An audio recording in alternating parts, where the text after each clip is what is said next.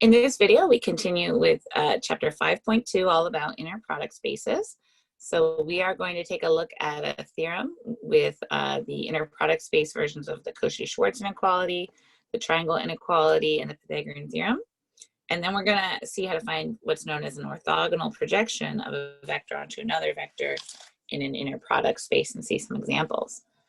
So theorem 5.8 has our same inequalities in Pythagorean theorem that we saw back in 5.1 with the dot product, and we see that these hold for inner product spaces. So the Cauchy-Schwarz inequality says that the absolute value of the inner product uv is less than or equal to the norm of u multiplied by the norm of v. And then from the Cauchy-Schwarz inequality follows the triangle inequality that says that the sum of u and v normed is less than or equal to the norm of u plus the norm of v. And then the Pythagorean theorem also follows. So that says u and v are orthogonal if and only if the norm of u plus v squared equals the norm of u squared plus the norm of v squared. And you know that that follows because if they're orthogonal, the inner product or middle term in the expansion of this left side is going to be 0. So this is how we get just the norm of u squared plus the norm of v squared when we expand something like that out. So these proofs are the same as we saw in section 5.1 for theorems 5.4, 5.5, and 5.6. The difference is that we replace u dot v with the inner product uv. And so a result such as a triangle inequality, which seems intuitive in R2 and R3, can be generalized throughout linear algebra to some less obvious statements about functions in CAB, which is a set of continuous functions on AB. So let's take a look at that. So here our A and B are going to be negative pi over 2 and pi over 2. So we're going to look at the continuous functions on this interval negative pi over 2 to pi over 2 and make sure you note it's a closed interval. This wouldn't work if we had an open interval. And we're going to let f of x be cosine of x, which you know is continuous on that domain. And g of x is going to be 4 over pi squared multiplied by pi over 2 minus x times pi over 2 plus x, which is also continuous on that. So we are going to use this inner product that is similar to the one that we use for the polynomials. It's the integral from a to b. In this case, a is negative pi over 2 and b is pi over 2 of the product f of x times g of x integrated with respect to x. And we're going to verify the triangle inequality by direct calculation. So the triangle inequality is saying this: f plus g's norm is going to be less than or equal to the norm of f plus the norm of g. So the graphs over here are given on the right, and you can see they actually are pretty close to each other. So there's our cos of x, the graph underneath, and then our polynomial graph is slightly above it. This is something we do sometimes in modeling if it's hard to program out or get a sinusoidal function to work. We just fit the polynomial that's a close match to it on the same interval that we're working in and use that as our best estimate because you can see here these functions are really, really close. So this comes up often when you're building models. So our norm of f squared is going to be the integral from negative pi over 2 to pi over 2 of cosine squared x dx, and you can verify this with your calculus skills or check on a computer system like Mathematica or Wolfram Alpha to get the pi over 2 here. And then the norm of g squared is going to be the integral from negative pi over 2 to pi over 2 of 16 over pi to the 4th. So that's just the square of our constant there, multiplied by pi over 2 minus x all squared, multiplied by pi over 2 plus x all squared, all integrated with respect to x. And so you can verify this is 18 pi over 15. And again, you can calculate this polynomial out by hand. You could definitely do that with the power rule and expansions, or you could use a computer system like Mathematica, Wolfram Alpha, I think GeoGebra, does calculations like this, or whatever your preferred integration computer software is. So now we're going to calculate f plus g squared. So that's the integral of from negative pi over 2 to pi over 2 of cos x, that's our f here, plus all of g, all integrated with respect to dx, and it all gets squared before we integrate it. And so again, you could expand this out, or probably you definitely want to use a computer system to do numerical integration, because this would, you could do it by hand, but it'd be a little bit time consuming. And you get 32 over pi squared plus 31 pi over 30. And then the norm of f plus g is the root of that. So that is approximately 2.54727. And then you can check the norm of f plus the norm of g is the root of pi over 2 plus the root of 8 pi over 15. So that is a little bit bigger, 2.54773. So they're close, but still it's a little bit bigger. So our inequality holds that the norm of the sum is less than or equal to the sum of the norms. So if you didn't catch that, this is the norm of the sum. And then the addition on the right side of this inequality is the sum of the norms.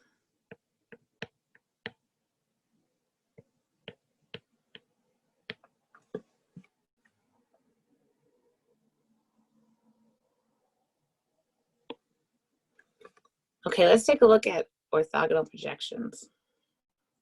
So here's a visual over on the right side. So in our visual, u is a vector and v is a vector. These are vectors in R2. And so u stops up here. So imagine if you're just, bam, projecting u down onto v, following this dashed line. The projection is going to be this shorter vector that is like a scalar multiple of v that I've circled here in yellow. So it's kind of like you stop wherever vector u is and drop it down onto v visually. And so we call that the projection of u onto v. And in our notation, notice the u that we're projecting is the big value here, or our argument in the function. And then the v that we're projecting onto is the subscript here on the projection. So if v is non-zero, you can always be orthogonally projected onto v. And then this projection of u onto v notation is what we use. And then because this projection of u onto v is just a scalar multiple of v, we can write the projection of u onto v as some scalar a times the unit vector of v, where the unit vector is v divided by the norm of v.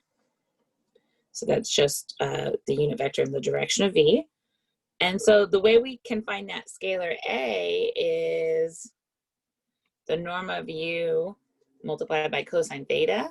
And then we know cosine theta is u dot v, because we're in R2, divided by the norm of u times the norm of v. And then our norms of u cancel out, and we get this formula here, u dot v over the norm of v. So we can say the projection of u onto v is u dot v over the norm of v squared times v, because remember, the norm of v can be rewritten if we do norm of v squared. So the norm of v is just v dot v.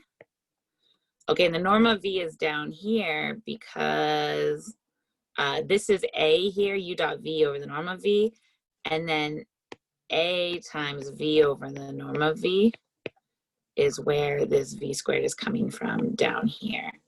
Does that make sense? Because the projection of u onto v is a, which is this up here that we have in red, multiplied by v over the norm of v. So that's where this extra v and the squared and the norm is coming from. And so then rewriting the norm of v squared as v dot v down here gives us this formula for the projection of u onto v. And this is an R2 where the dot product is our inner product. Okay, so if u and v are vectors in a general inner product space, then we write the orthogonal projection this way: the inner product of uv divided by the inner product of v with itself multiplied by vector v. And that's the projection of u onto v in general. So let's take a look at an example. So we're going to use the Euclidean inner product to find the orthogonal projection of u, which is 1, 0, 0. So here's my vector u over here. So then this is what we think of, I guess, as the x-axis or the I direction, onto v, which v is 1, 1, 1 vector up here with 1, 1, 1 as its endpoint. And we're also going to find the opposite projection, the projection of v onto u. So the projection of u onto v is going to be u dot v divided by v dot v multiplied by vector v. So that's going to be 1, 0, 0 dotted with 1, 1, 1. And so I think that's just going to be a 1 there because the zeros are going to cancel everything out. And then in the denominator, we're going to have 1, 1, 1, 1 dotted with itself, 1, 1, 1. It's supposed to be 1, 1, 1 in the first calculation there. And then this all gets multiplied by the vector 1, 1, 1. So we get 1 on top. On the bottom, you're going to have a 1 plus 1 plus 1. So you get 1/3 times 1, 1, 1. So this just works out to be, let's see, I'll put it up here, 1/3, 1/3, 1/3. So now let's do the calculation for the projection of v onto u. And I can't really draw that projection of u onto v so well. You can kind of think about it like it's dropping this direction, where we end up with u squished onto this vector v. So it's going to be like down here somewhere, only about 1/3. If you can kind of imagine the angle, just pushing it right down, it doesn't go as far out as 1, 1, 1. And then the projection of v onto u is going to be going the opposite way, taking v and pushing it back this way onto vector u. So that calculation is going to be v dot u divided by u dot u, all multiplied by the vector u. So that's going to be 1, 1, 1 dotted with 1, 0, 0. So we know that's just 1 up there. And then in the denominator, we've got 1, 0, 0 dotted with 1, 0, 0. So it's also going to be a 1. And then this all gets multiplied by vector u, which is 1, 0, 0. So this is like 1 times 1, 0, 0. So that's just 1, 0, 0. So when v projects onto u, it just ends up the same length as u, and in fact, the exact same vector u. So now we take a look at theorem 5.9, which is about orthogonal projections and distance, and then the proof will be in the next slide. So we've got some nice illustrations over here of the projection of u onto v. Oh, I didn't mean to move that around.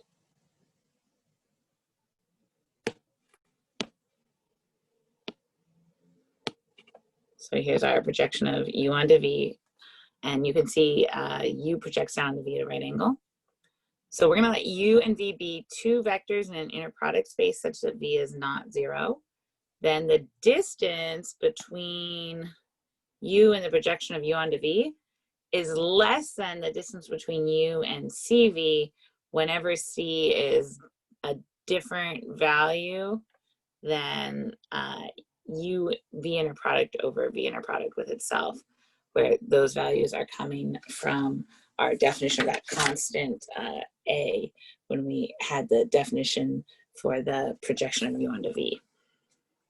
So these values, u inner product v over v inner product v, are what gets multiplied as a value by vector v. So in other words, this is to say that the orthogonal projection of u onto v is the vector parallel to v that is closest to u. So for any other scalar, we're going to be further apart. And if it's a negative scalar, think about the distances going this way. See how that's still like further distance overall than this direct drop down distance. So it's saying the direct drop down is the shortest distance. So that makes some intuitive sense to us. Okay, so our proof is we're going to let B be u inner product v over v inner product with itself, and then C is going to be some value that's not that value, some other scalar. And then P is going to be CV minus BV, and Q is going to be U minus BV, and T is going to be U minus CV. And so you can see all of these over in the diagram. So Q is the direct drop down from U to BV. T is the drop from U to BV at a different angle, or sorry, U to V at a different angle somewhere. And then P is this distance in between. The P is orthogonal to Q because we can see it visually there, but because the inner product is 0. So we're going to do CV minus BV inner product with U minus BV. And so because Q is U minus BV, here's Q right here. So when we work that out and expand, we get C inner product with, or C multiplied by the inner product of V and U, minus CB multiplied by the inner product of VV. So this is just following the definition of inner product and properties, minus B times the inner product of V with U, plus B squared times the inner product of V with itself. And so that's just coming from expanding out our inner product values here. And then we can use symmetry to say that's the same as C times the inner product of UV minus C times, and we're going to replace B with its definition, the inner product of UV divided by the inner product of V with itself. And that gets multiplied by the inner product of V with itself, so we're going to get some cancellation right there. And then minus the inner product of UV over the inner product of V with itself, multiplied by UV there, so we can see we're going to get cancellation there as well.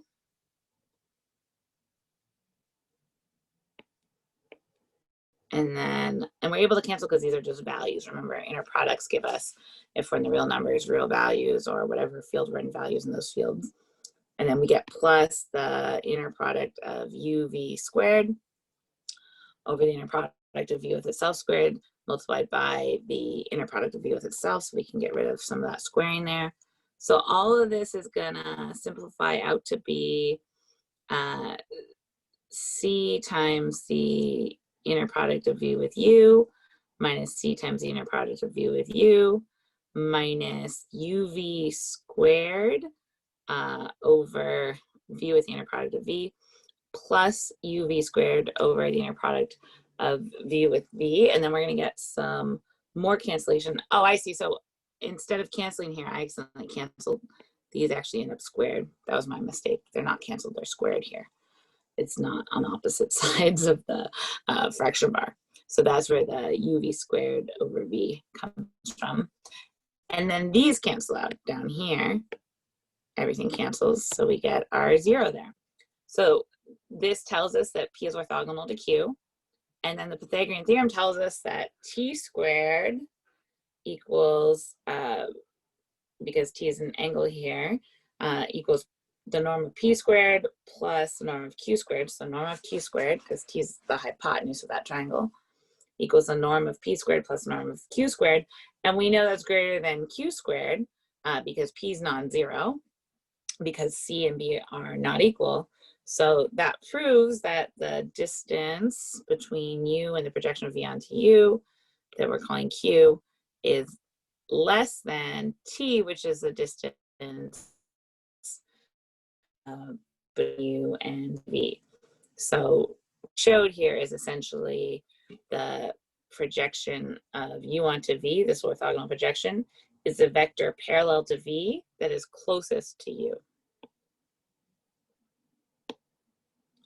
And we say parallel, you can even think about it as like a scalar multiple of V. So let's take a look at an example. So now we've got the continuous functions on the interval negative pi to pi, and we're going to use this inner product. So it's the usual a to b, or in this case negative pi to pi, as the integrands. So the integral from negative pi to pi of the product f of x, g of x, integrated with respect to x. And so we want to find the projection of f of x equals x onto g of x equals sine x. So using our inner product here, the inner product of f and g up here is the integral from negative pi to pi. I don't know why this says a negative pi up here. That's a little typo. I think it should just say pi's. Of negative pi to pi, x sine x integrated with respect to x. And then that's going to get divided by the integral from negative pi to pi of sine squared x dx.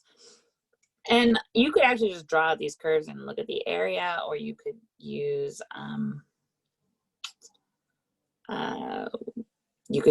numerical integration in Wolfram Alpha or Mathematica or any other program.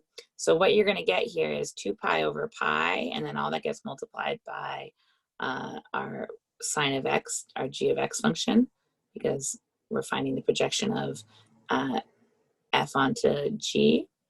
And so this is just 2 sine x. So you can think about this as a stretch factor of 2 for the function sine x when we project x onto it. So now you are going to work on the group problems related to chapter 5.2, and then you'll see chapter 5.2 questions in your lab assignment.